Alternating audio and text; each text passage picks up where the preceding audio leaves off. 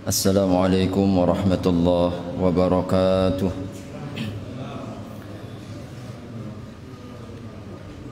Innal hamdalillah nahmaduhu wa nasta'inuhu wa nastaghfiruh wa na'udzu billahi min shururi anfusina wa min sayyiati a'malina.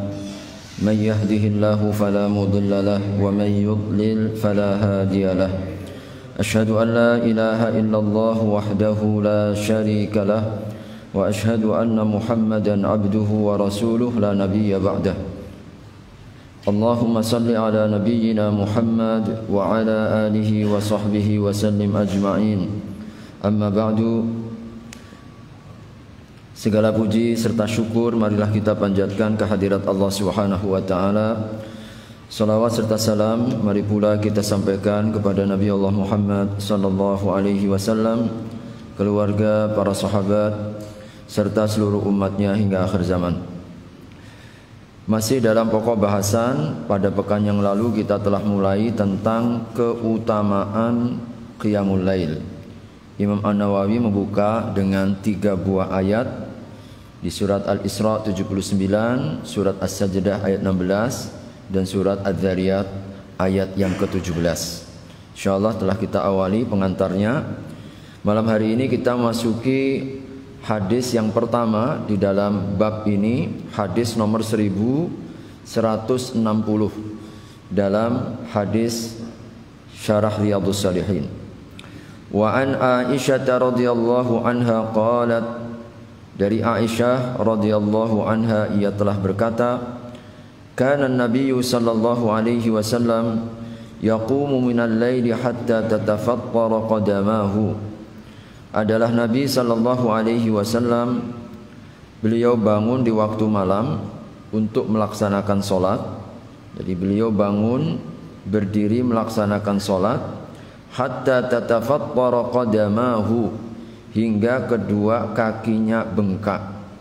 Faqultu lahu, aku kemudian berkata kepadanya, kata Aisyah, lima tasna'u hadha ya Rasulullah, bagaimana engkau melakukan hal ini wahai Rasulullah? Wa qad ghufira laka ma taqaddama min dhanbika wa ma ta'akhkhar, padahal Allah telah ampunkan bagimu dosa-dosa yang telah lalu maupun dosa-dosa yang akan datang. Qala, maka Nabi sallallahu alaihi wasallam menjawab, afala akunu abdan syakura, tidak bolehkah aku menjadi hamba yang bersyukur. Muttafaqun alaih. Hadis ini disepakati oleh Imam Al-Bukhari dan juga Imam Muslim. Hadirin rahimakumullah, di dalam hadis ini kita mendapatkan satu gambaran bagaimana mujahadahnya Nabi sallallahu alaihi wasallam, sungguh-sungguhnya. Meskipun sudah mendapatkan jaminan, meskipun beliau sudah diampunkan yang lalu dan yang akan datang, tapi tidak serta-merta kemudian membuat beliau lemah, kendur, tetapi semakin menambah syukur. Dengan apa? Memperpanjang sholat malamnya. Ini bukan sholat wajib hadirin, tetapi sholat yang disunnahkan. Tapi beliau memberikan sebuah perhatian yang begitu luar biasa, hingga kaki beliau bengkak. Bengkaknya bukan kalau kita ini bengkak karena yang lainnya, entah mungkin kita lari ke atau apa, tapi beliau ini bengkaknya karena lama berdiri sholat malam. Maka hadirin, beliau telah merasakan nikmatnya sholat, dan beliau itu dalam sabda Nabi sallam, hubbiba ilayya, jadi waju'ilat qurratu ainil li fis shalah. Jadi salat itu telah dijadikan penyejuk hati Nabi. Jadi sumber ketenangan Nabi, beliau itu semakin tenang, beliau merasakan kedamaian, beliau itu merasakan kesyahduan. Jadi hadirin, orang itu kalau sudah merasa nikmat, maka kita ini akan serasa enggak mau meninggalkan. Dan nikmatnya ini bukan nikmat fisik, tapi nikmatnya nikmat rohani, gak bisa dilukiskan dengan kata-kata. Tapi kenikmatan inilah yang Nabi sebutkan, aku telah dijadikan ketenangan jiwaku wa ju'ilat qurratu ainin li fis shalah. Maka beliau sallallahu alaihi wasallam, beliau itu bisa berlama-lama dalam sholat. Beliau bahkan dalam riwayat yang sudah pernah kita baca, pernah 4 juz 1 rakaat. 4 juz, Pak, 1 rakaat. Ketika beliau sholat sendirian, tiba-tiba Ibnu Mas'ud datang menghampiri. Jadi hingga Ibnu Mas'ud mengatakan, aku sudah hampir saja punya niat buruk dan jahat. Untuk apa? Meninggalkan Nabi sendiri. Tidak tahan beliau. Begitu syahdunya Nabi, begitu menikmatinya. Sampai 4 juz 1 rakaat, bukan 11 rakaat, Pak. 1 rakaat 4 juz. Dibuka Al-Baqarah, lalu dilanjutkan dengan An-Nisa, balik lagi ke Ali Imran. Nabi sallam itu hampir 5 juz itu. Jadi subhanallah, itulah Nabi sallam, Nabi kita ya, mujahadahnya, padahal dari jamin surga, padahal sudah diampunkan dosa-dosanya. Nah, Nabi menjadikan dan Allah cintakan. Dan tentu hadirin, kecintaan seperti ini tidak serta-merta datang, tapi memang perlu usaha. Kita mencintai sesuatu. Jadi hadirin, mungkin awalnya kita terpaksa, tapi kalau kita itu sudah menikmati, maka kita jatuh cinta. Betul. Jadi apapun ya, orang mungkin dipaksa untuk menikah. Dulu saya nggak cinta, lama-lama cinta juga, begitu kan? Itu kalau secara fisik ya, artinya dalam hubungan sosial kita. Jadi kita mungkin mendapatkan satu pekerjaan, bukan hobi saya nggak cenderung di pekerjaan itu. Tapi lama-lama karena kita terus ya berinteraksi, lama-lama kita pun suka juga dengan pekerjaan itu. Jadi, nah begitulah juga kenapa kita dalam masalah akhirat juga begitu. Hadirin, baca Quran itu sama. Kita ketika lama nggak berinteraksi dengan Quran, Quran pun menjauhi kita. Itu sudah takdirnya begitu. Di dalam surat Az-Zariyat, yu'faku anhu man ufik. Nanti kalau mau dibaca itu, was-sama'i dzatil hubuk innahu laqaulun mukhtalif yu'faku anhu man ufik. Apa itu yu'faku? Yusraf, yaitu dipalingkan, dijauhkan, anhu daripada Al-Quran, man ufik, orang yang kemudian menjauh. Jadi Al-Quran itu menjauh dengan yang menjauh. Tapi kalau kita mendekat, Al-Quran juga mendekat. Jadi ketika kita ini sudah mulai berjarak, jarang baca Quran, ini contoh ya hadirin. Baca Quran itu teramat berat. Baru 1 lembar, 2 lembar, rasa udah pengen tidur ya kita. Berat mata. Kan begitu kan? Itu karena memang perlu waktu, tapi nanti lama-lama. Asalnya kita latih 2 hari, 1 hari 1 halaman, 2 halaman, 3 halaman, 4 halaman, 1 hari 1 juz. Ini kalau sudah ada cinta, maka nggak terasa. Bahkan kita ingin menambah lebih. Kalau bisa 2 juz, 3 juz, 4 juz. Begitulah orang-orang yang sudah hatinya terpaut dengan Al-Quran. Hadirin, para sahabat itu rata-rata sepekan sekali khatam. Mereka merasakan kesyahduan, kedamaian dalam Al-Quran. Begitupun juga dengan sholat. Perlu dilatih cinta sholat. Maka lama-lama nanti kita akan dicintakan seperti Nabi. Dicintakan. Sholat itu menjadi sumber kedamaian, sumber ketenangan. Kita ini kalau udah sholat, subhanallah, menikmatinya. Sampai-sampai para ulama salafus soleh kita itu membanggakan kepada kita, bahwasanya andai kata raja-raja, lau annal muluka, jadi kalau andai kata raja-raja itu mengetahui apa yang kita rasakan, maka niscaya mereka akan merebut daripada kita, meskipun harus dengan pedang.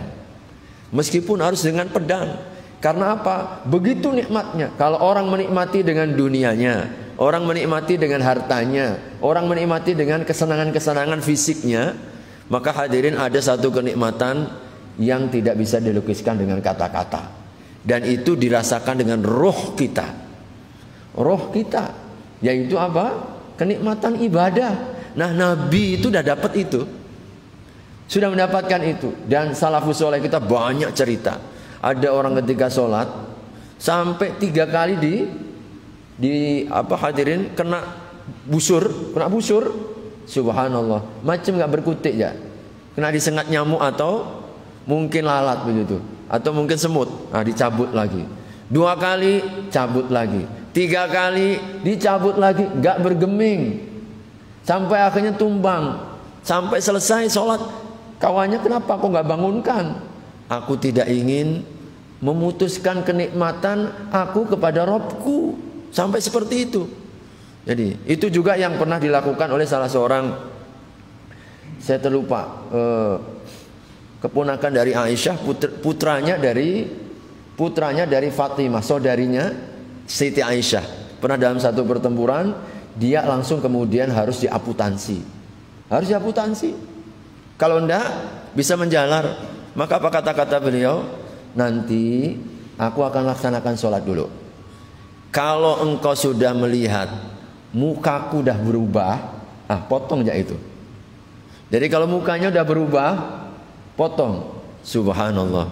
Demikian, nggak pakai bius, nggak pakai obat penenang, nggak ada, hadirin. Ternyata ketika masuk dalam sholat, dah lupa semuanya, menikmati syahdunya sholat, sampai dipotong pun nggak terasa. Subhanallah. Nah, ini orang-orang dahulu ya, ketika mereka mencintakan dan merasakan.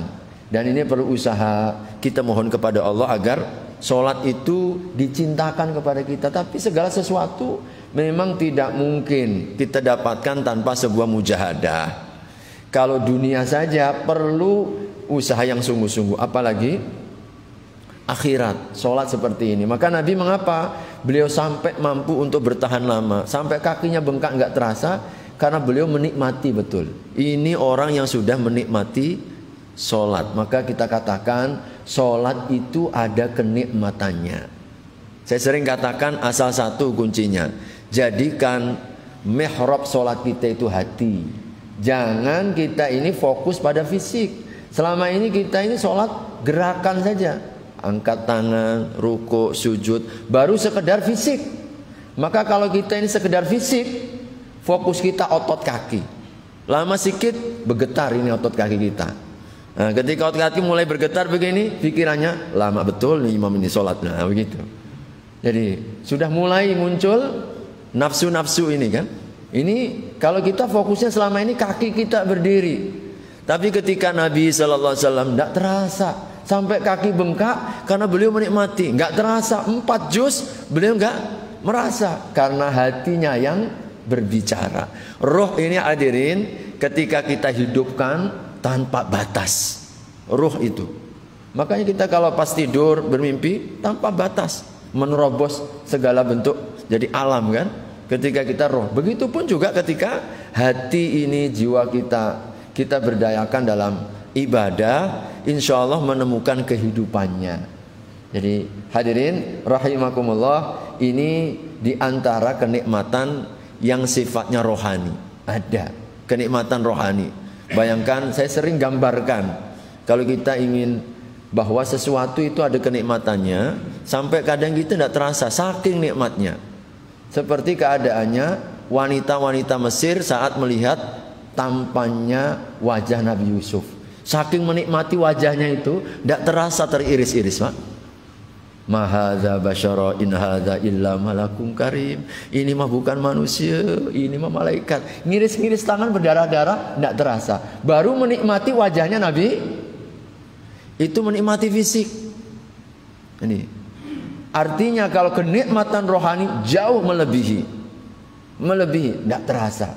Karenanya nanti di akhirat kenikmatan tertinggi adalah melihat wajah Allah. Kita akan diperlihatkan wajah Allah Subhanahu wa ta'ala. Hadisnya sahih ketika Nabi SAW berkumpul dengan para sahabat lalu melihat bulan purnama.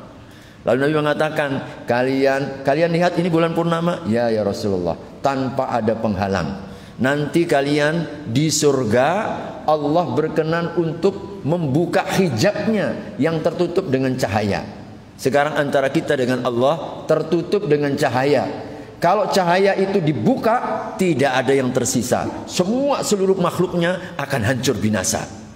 Kalau itu dibuka, tapi sayangnya Allah, kita belum diberikan kemampuan. Nanti ketika di surga, Allah berkenan untuk membuka, lalu kemudian diperlihatkan kepada kita wajahnya yang indah. Kalau Nabi Yusuf jadi begitu, bagaimana yang menciptakan wajahnya Nabi Yusuf? Itu gambarannya begitulah.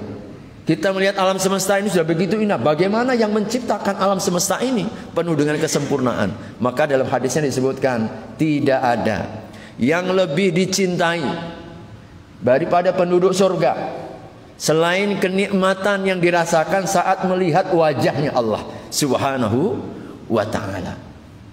Mereka begitu menikmati. Kenapa? Karena nikmat-nikmat surga yang lain itu nikmat yang sifatnya badan. Sedang nikmat melihat wajah Allah ini sifatnya rohani. Dan kenikmatan yang sifatnya rohani lebih tinggi daripada kenikmatan yang sifatnya fisik. Sifatnya fisik. Nah itulah penduduk surga. Nah kenikmatan rohani ini hadirin, salah satunya lama berdiri ini. Berdiri dalam sholat kita. Ini yang pertama. Pelajarannya ya, tentu menjadi sebuah cambuk juga bagi kita.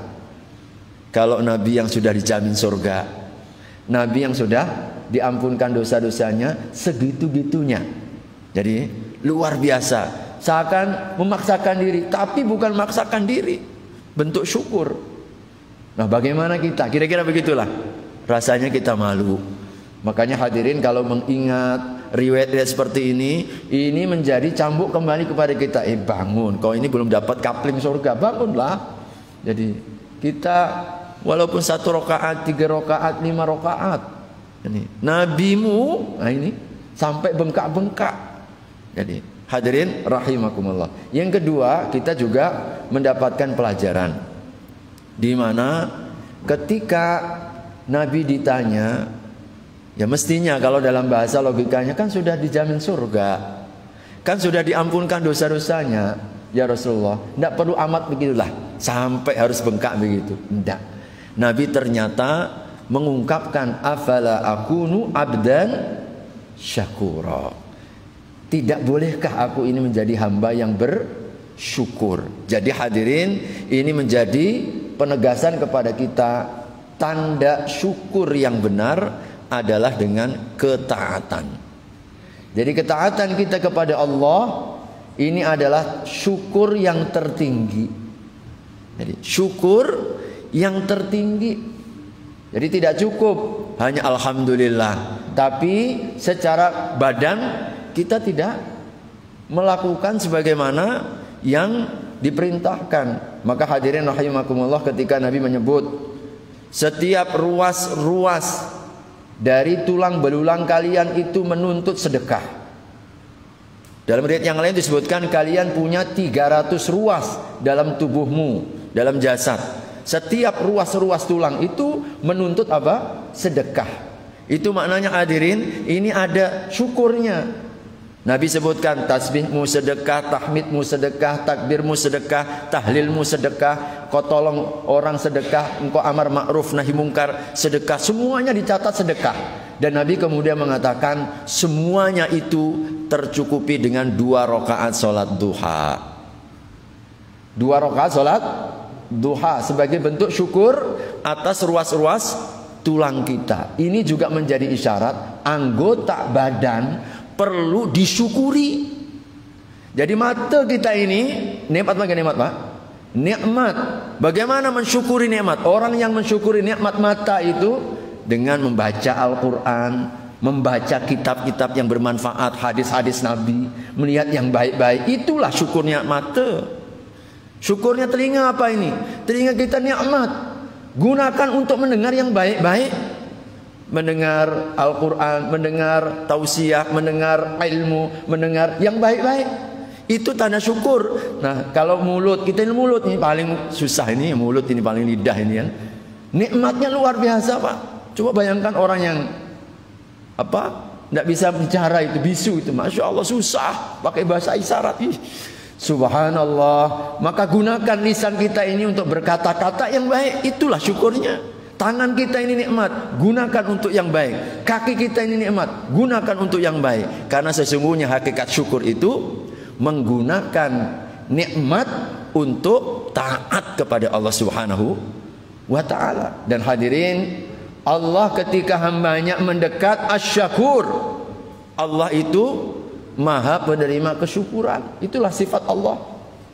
Sifat Allah itu innahu laghafurun syakur, innahu ghafurun syakur. Dalam surat At-Taghabun syakurun halim disebutkan begitu. Digandeng antara syukur dengan ghafur, syukur dengan halim. Hadirin rahimakumullah, artinya apa? Allah itu kalau kita berbuat baik kecil pun Allah Subhanahu wa taala tetap menilai. Asyakurnya Allah walaupun baru sepintas niat, baru niat hadirin, baru niat Allah sudah berikan balasan. Baru niat udah dikasih balasan Allah. Asyakur Allah Subhanahu wa taala. Asyakur Allah Subhanahu wa taala. Kadang kita ini hadirin dosa sepanjang hidup ya. Kadang Allah berikan kita hanya dengan taubat sesaat. Itu bayangkan, ada 100 orang yang membunuh. Masya Allah, dosa satu saja sudah besar. Ini 100 orang membunuh. Siapa sangka Allah ampunkan hanya sejarak sejengkal. Itulah asyakur Allah Subhanahu wa ta'ala. Bayangkan seorang pelacur sampai Allah ampunkan, beri minum seekor anjing. Itulah asyakur Allah Subhanahu wa ta'ala. Ketika kita mendekatkan diri kepada Allah. Allah asyakur hadirin ketika kita berpuasa 1 hari saja. 1 hari di Arafah, pada hari Arafah tanggal 9 Dzulhijjah, Allah ganti 2 tahun kita diampunkan oleh Allah. 2 tahun. Kalau kita puasa Asyura, kita diganti dengan apa? Diganti dengan setahun diampunkan. Setahun itu 1 hari kita berpuasa karena Allah. Puasa apa saja, mau Senin ke, mau Kamis ke, mau puasa tengah bulan ke, 1 hari 170 tahun kita dijauhkan. Itulah asyakur Allah Subhanahu wa ta'ala. Yang menerima yang kecil dihargai dengan besar. Hadirin, kita ini amal di dunia sebentar. Amal di dunia kan sebentar nih Pak. Amal kita di dunia ini sebentar, 60 tahun, 70 tahun. Tapi Allah ganti, Allah balas selama-lamanya. Itulah asyakur Allah Subhanahu wa ta'ala. Menerima yang sedikit, membalas yang besar. Maka kalau nggak kenal asyakur, nggak pandai bersyukur kita hadirin. Kalau kita kenal Allah, maka kita ini malu kepada Allah. Kalau kita kenal Allah, kita makin cinta dengan Allah Subhanahu wa ta'ala. Kalau kita kenal Allah, kita mengagungkan Allah. Bayangkan, kita amal sedikit, Allah balas yang besar. Kita amal sementara, Allah balas dengan kekekalan surga. Kita baru amal semalaman, Masya Allah hadirin. Ini kalau kita sholat isya berjamaah. Kalau kita sholat isya berjamaah, barang siapa yang sholat isya berjamaah, maka rugi kalau meninggalkan berjamaah. Sholat berjamaah maka dinilai kita separuh malam. Siapa yang bisa membalas ini? Asyakur Allah Subhanahu wa ta'ala. Kalau kita sholat isya berjamaah, tambah lagi sholat subuh berjamaah, maka catatannya apa? Dicatat oleh Allah Subhanahu wa ta'ala semalam-malaman. Asyakur yang berterima kasih. Hadirin rahimakumullah, kita ini asyakurnya Allah hadirin. Bayangkan ya, kita ini kalau ada orang kasih, kita dikasih orang, wajar nggak Pak kalau kita berterima kasih? Terima kasih. Itu namanya orang yang pandai bersyukur. Terima kasih Pak ya atas pemberiannya. Ini hadirin, asyakur itu nggak begitu. Kita ini macam orang kaya. Jadi orang kaya yang malah berterima kasih kepada orang miskin. Kita misalkan orang miskin, ada orang ngasih kepada kita, ada yang ngasih kepada orang kita makasih Pak atas bantuannya, mudah-mudahan berkah, panjang umurnya, diberikan kesehatan. Wajar, ini berarti orang miskin yang pandai berterima kasih kepada orang kaya yang memberi. Tapi bagaimanalah kalau ada orang kaya? Orang kaya ketika dia memberi, terima kasih Pak ya sudah menerima sedekahku. Ada nggak kira-kira Pak begitu? Orang berterima kasih karena dia telah meminta kepada kita. Itulah Allah Subhanahu wa ta'ala. Allah itu berterima kasih kepada kita yang hadirin, uang kita uangnya Allah, badan kita badannya Allah Subhanahu wa ta'ala. Lalu kemudian ketika kita ini memberi, bersedekah, kita ini taat kepada Allah Subhanahu wa ta'ala, Allah puji kita, Allah sanjung kita, Allah banggakan kita. Padahal siapa kita? Itulah macam orang kaya. Orang kaya berterima kasih kepada orang miskin. Mestinya kan orang miskin, ada ya orang begini ya. Orang kaya malah berterima kasih dengan orang miskin. Itulah Allah asyakur. Sebuah perumpamaan saja. Maka wajar kalau kemudian Nabi SAW itu begitu rupa ketika menghadirkan Maha Asyakur Allah Subhanahu wa taala karena nikmat Allah yang tidak terbatas. Wa in ta'uddu ni'matallahi la tuhsuha. Kalau kita ini coba untuk mengingat-ingat, kita ini coba untuk menghitung-hitung nikmatnya Allah, gak akan mampu kita menghitungnya. Pernah dalam hadis yang sahih Nabi menceritakan tentang seorang umat di masa yang lalu. Allah Subhanahu wa taala karuniakan ketaatan umur sampai 100 tahun. Umur sampai 100 tahun. Ibadah, Masya Allah. 100 tahun itu kebaikan demi kebaikan yang dia lakukan. Tatkala kemudian hendak ditimbang oleh Allah Subhanahu wa taala, Allah hendak menunjukkan ternyata ketaatan 100 tahun itu tidaklah sebanding dengan sebiji mata. Sebiji mata ditimbang dengan nikmat dia beribadah selama 100 tahun. Ternyata belum cukup untuk memenuhi syukurnya satu biji mata. Hadisnya dalam Muslim kalau tidak Bukhari. Insya Allah hadisnya sahih. Dan ini cerita yang sangat masyhur. Baik kita sampaikan oleh Nabi tentang umat kita sebelumnya. Maka hadirin tentu kita jauh lebih lagi. Kita ini gak seberapa ya. Makanya hadirin Allah itu menghamparkan nikmat sepenuh kekuasaannya, ya kan? Menghamparkan, merasakan kepada kita, menunjukkan kepada kita kekuasaannya, anugerahnya, nikmatnya yang begitu tidak terbatas. Tapi Allah menerima ketaatan kita yang terbatas. Kita ini sholat hanya beberapa rakaat aja, baca Quran pun paling beberapa lembar aja, puasa pun kadang puasa kadang tidak. Masya Allah. Tapi Allah terima. Itulah asyakur. Maka Nabi ketika mendatangkan sifat Allah asyakur, afala akunu abdan syakura, terasa ringan. Jadi ringan sholat, ringan zikir, ringan baca Quran, ringan datang ke pengajian. Karena apa? Tidak cukup untuk memberikan nikmat-nikmat Allah yang tidak terbatas itu. Maka hadirin, ini diantara pesan utama ya bagi kita ketika Nabi menjadikan rasa syukur atau ketaatan itu sebagai tanda syukur kepada Allah Subhanahu wa taala. Maka gunakan nikmat itu dalam rangka untuk mendekatkan diri kepada Allah. Itulah rizki, itulah keberkahan dalam anugerah dan nikmat yang Allah karuniakan kepada kita. Baik, hadis berikutnya hadis nomor 1164. Wa ani bin Mas'udin radhiyallahu anhu qala, dari Abdullah ibnu Mas'ud radhiyallahu anhu qala, dzikra inda Nabi sallallahu alaihi wasallam rajulun nama lailatan hatta asbaha. Seseorang laki-laki yang dia tidur di waktu malam sampai pagi. Qala, maka Nabi kemudian menjawab, dzaka rajulun bala syaitanu fi udhunaihi aw qala fi udhunihi. Itu adalah orang yang setan telah mengincingi kedua telinganya, atau dalam satu riwayat telah mengincingi telinganya. Rawahul Bukhari, diriwayatkan oleh Imam Bukhari maupun juga Imam Muslim. Hadis ini juga muttafaqun alaih ya.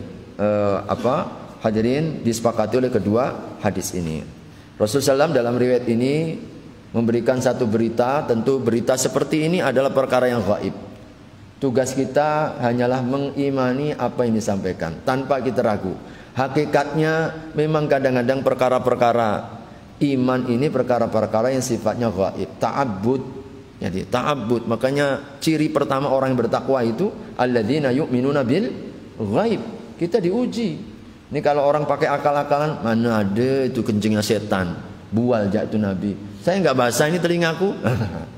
Dia pakai otak, nggak pakai iman. Kita mengetahui hakikat. Maka Nabi SAW itu meriwayatkan kalau kita ini baca, misalkan hadirin makan nggak baca bismillah, maka setan menyertai kita. Kalau kita tidur nggak baca doa, setan menyertai tidur kita. Itu begitu.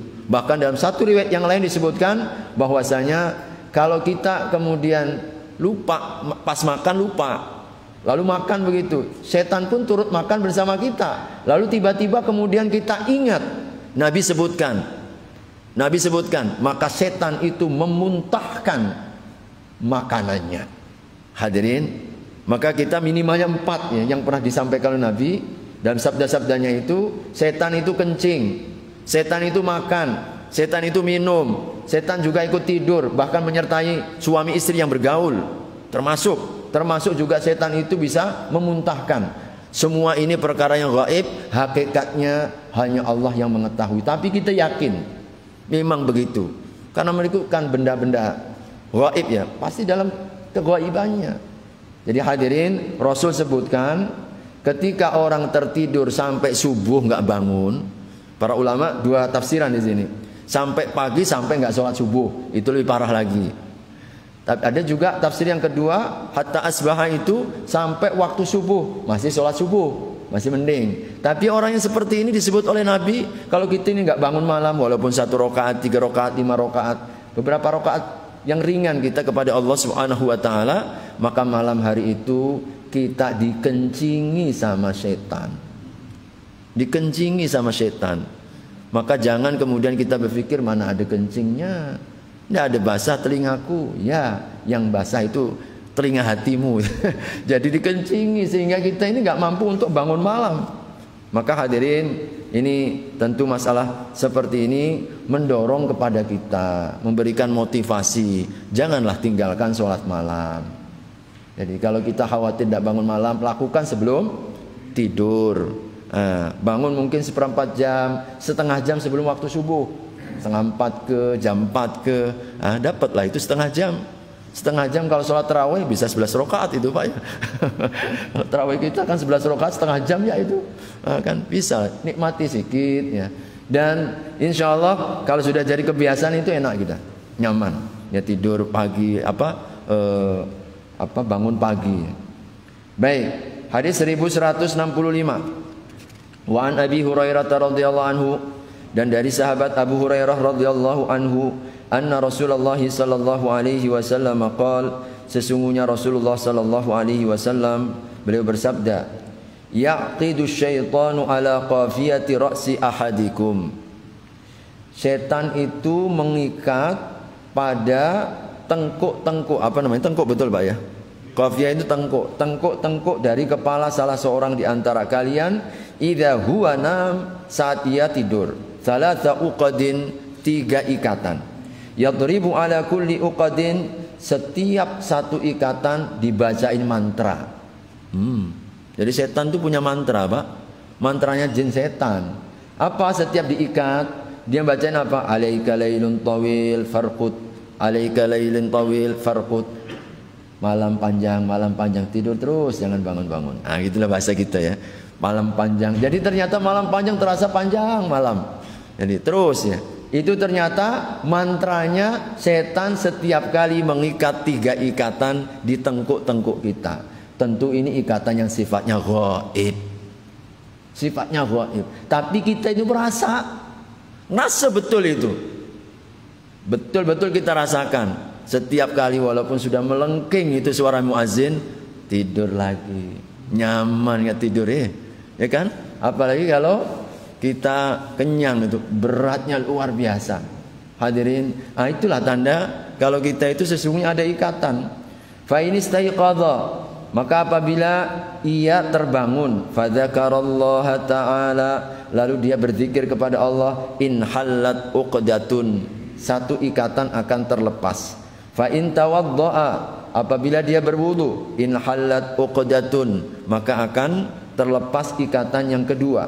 Fa in shalla, apabila dia salat, in hallat uqaduhu kullaha, maka 3 ikatan akan terlepas semuanya. Fa asbaha nasyitan, maka dia menjadi bersemangat, thayyiban nafsi, penuh dengan ketenangan hati. Wa illa, kalau tidak, jadi kalau tidak berzikir, kalau dia kemudian tidak berwudu, kalau dia tidak melaksanakan sholat, maka asbaha khabithan nafsi kaslanun, maka hatinya penuh dengan kesusahan, kemalasan. Ini muttafaqun alaih. Hadis ini disepakati oleh Imam Bukhari dan juga Imam Muslim. Hadirin rahimakumullah, di dalam riwayat ini kita juga mendapatkan satu penegasan Nabi sallallahu alaihi wasallam bagaimana usaha setan untuk mengganggu kita. Karena memang sholat malam ini, sholat malam, sholat subuh, ini sholat yang paling utama. Setan tidak ingin kalau kita mendapatkan keutamaan yang sangat besar. Maka dia akan melakukan usaha semaksimal mungkin agar kita tidak bangun malam, agar kita nggak sholat subuh berjamaah. Itu yang dilakukan. Maka Nabi berikan resepnya. Jadi setiap kali kita tidur pasti seperti itu yang dilakukan. Resep salah satunya, kita ketika bangun bacalah zikir. Minimalnya alhamdulillahilladzi ahyana ba'dama amatana wa ilaihin nusyur. Syukur tambahkan yang kedua dalam riwayat yang lain 10 ayat terakhir dari surat Ali Imran. Walillahi mulkus samawati wal ardi wallahu ala kulli syai'in qadir. Inna fi khalqis samawati wal ardi waqtilafil laili wan nahar. Seterusnya sampai ya ayyuhalladzina amanu sabiru wasabiru warabitu wattaqullaha la'allakum tuflihun. Itu sampai ayat yang ke-200. Jadi 190 sampai ayat yang 200. Itu baca insyaallah. Ini zikir yang paling kuat itu. Itu kalau kita baca satu lepas, kita akan masuk ke yang kedua. Mudah dan ringan ketika berwudu. Kalau kita dah berwudu, ikatan yang kedua lepas, laksanakan sholat. Insya Allah tiga-tiganya lepas, kita menjadi orang yang bersemangat. Jadi hati jiwa kita ini tenang, jadi bersemangat. Maka ini terapi yang disampaikan oleh Nabi Shallallahu Alaihi Wasallam agar apa? Kita terlepas dari tipu daya gangguan syaitan untuk menghambatnya berbuat baiknya, terutama sholat malam dan juga sholat subuh. Baik, saya berikan kesempatan, ada mungkin 5 menit atau enggak sampai 5 menit ini. 3 menit. Ada, tafadhol silakan. Waalaikumsalam warahmatullahi.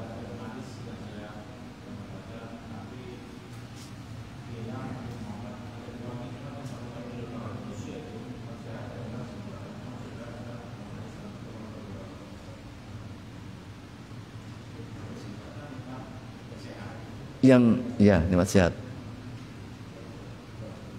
Boleh diulang agak kurang terdengar sedikit.